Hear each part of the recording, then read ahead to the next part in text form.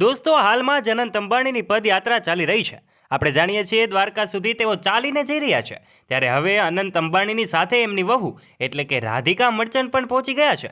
દોસ્તો, હાલમાં જ મોટા સમાચાર સોશિયલ મીડિયા પર વાયુ વેગે ફેલાઈ રહ્યા છે, જેમાં બતાવવામાં આવી રહ્યું છે કે અનંત અંબાણીની પત્ની એટલે કે રાધિકા મર્ચન્ટ હવે આ સોશિયલ મીડિયા પર જે વાયરલ થઈ છે અને એમને લોકો અનુમાન કરી રહ્યા છે કે આખરે જે લોકોનું ટોળું છે એમણે શું કર્યું છે.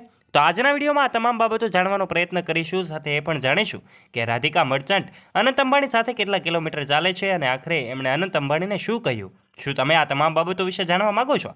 જો તમને ન ખબર હોય તો આજના વિડીયોમાં અમે તમને એ પણ જણાવીશું કે અનંત અંબાણીની આ યાત્રા કેટલા કિલોમીટરની છે અને આખરે કેટલા દિવસ આ યાત્રા ચાલવાની છે. માટે વિડીયોમાં આગળ વધે તે પહેલાં કોમેન્ટ બોક્સમાં જય દ્વારકાધીશ અવશ્ય લખી દેજો અને ચેનલ ઉપર જો તમે પહેલીવાર આવ્યા હોય અને નવા છો તો નીચે રહેલું બેલ આઇકન દબાવીને અમારી યુટ્યુબ ચેનલને આ બેલ આઇકન દબાવી સબસ્ક્રાઇબ કરી લેવાની જવાબદારી તમારી બને છે. વિડીયોમાં આગળ વધીએ તે પહેલાં કોમેન્ટ બોક્સમાં હજુ સુધી જય શ્રી દ્વારકાધીશ ન લખ્યું હોય તો લખી દેજો અને વિડીયોને એક લાઇક પણ કરી દેજો.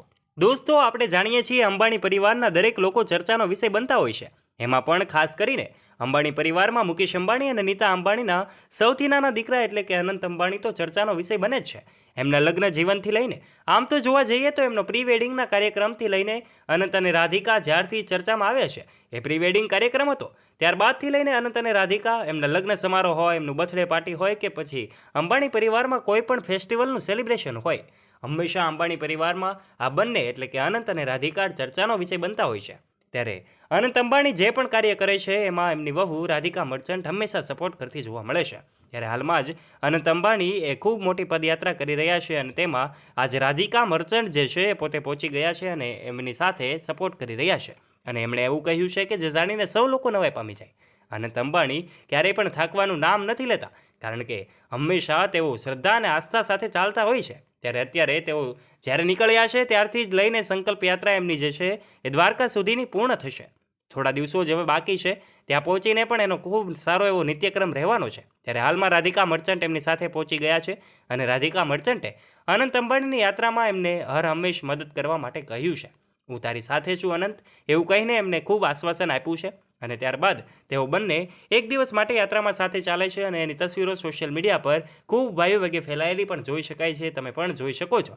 આખરે બંને એકબીજાની સાથે હંમેશા સુખ દુઃખમાં સાથે રહેતા હોય છે. ત્યારે આ બંને એક દાંપત્ય જીવનનું ખૂબ સારું એવું ઉદાહરણ પૂરું પાડે છે. ત્યારે અનંત અંબાણી હાલમાં ચર્ચાનો વિષય એટલા માટે છે કારણ કે તેઓ 140 કિલોમીટરની, હા, હું સાચું જ કહી રહ્યો છું, 140 કિલોમીટરથી વધારે અંતરની તેઓ પદયાત્રા કરી રહ્યા છે અને થોડા જ દિવસોમાં એ યાત્રા પણ પૂર્ણ કરી દેશે. ત્યારે રોજે તેઓ 15 કિલોમીટર ચાલી રહ્યા છે. એક દિવસ 15 કિલોમીટર ચાલે અને બીજા દિવસે તેઓ બીજા 15 કિલોમીટર, એવી રીતની જ એમની યાત્રા છે, એમનો રૂટીન રહ્યો છે. ત્યારે અંબાણી પરિવારમાં અનંત અંબાણી 8 તારીખે એટલે કે 8 એપ્રિલના રોજ તેઓ જે કાંઈ પણ દ્વારકાધીશનું દરબાર છે ત્યાં પહોંચશે અને 9 તારીખે એમનો જન્મદિવસ છે દ્વારકાધીશના દરબારમાં જ એટલે કે દ્વારકામાં તેઓ સેલિબ્રેટ કરવા જઈ રહ્યા છે. ત્યારે આ સેલિબ્રેશનમાં પણ દેશ વિદેશથી અનેક મહાનુભાવો ઉપસ્થિત થશે. આ સાથે દેશ દુનિયાના બોલિવૂડ સેલેબ્સ હોય, પછી ક્રિકેટ જગતના દિગ્ગજો હોય, આ સાથે જ ઉદ્યોગપતિઓ તો ઉપસ્થિત રહેવાના જ છે. ત્યારે દોસ્તો, આ દ્વારકા સુધીની એમની યાત્રા વિશે આપનું શું કહેવું છે? આ તમામ બાબતો વિશે જો તમને વિશેષ ખબર હોય તો નીચે કોમેન્ટ બોક્સમાં કોમેન્ટ કરીને તમારો મત અવશ્ય જણાવજો. અને વિડીયો ગમ્યો હોય તો વિડીયોને કરી દેજો એક લાઇક. અને આ ચેનલ ઉપર જો તમે પહેલીવાર આવ્યા હોય અને હજુ સુધી આપે અમારી યુટ્યુબ ચેનલને સબસ્ક્રાઇબ ન કરી હોય તો નીચે રહેલું બેલ આઇકન દબાવીને અમારી યુટ્યુબ ચેનલને અવશ્ય સબસ્ક્રાઇબ કરી લેજો અને કોમેન્ટ બોક્સમાં જય દ્વારકાધીશ અવશ્ય લખજો. ધન્યવાદ.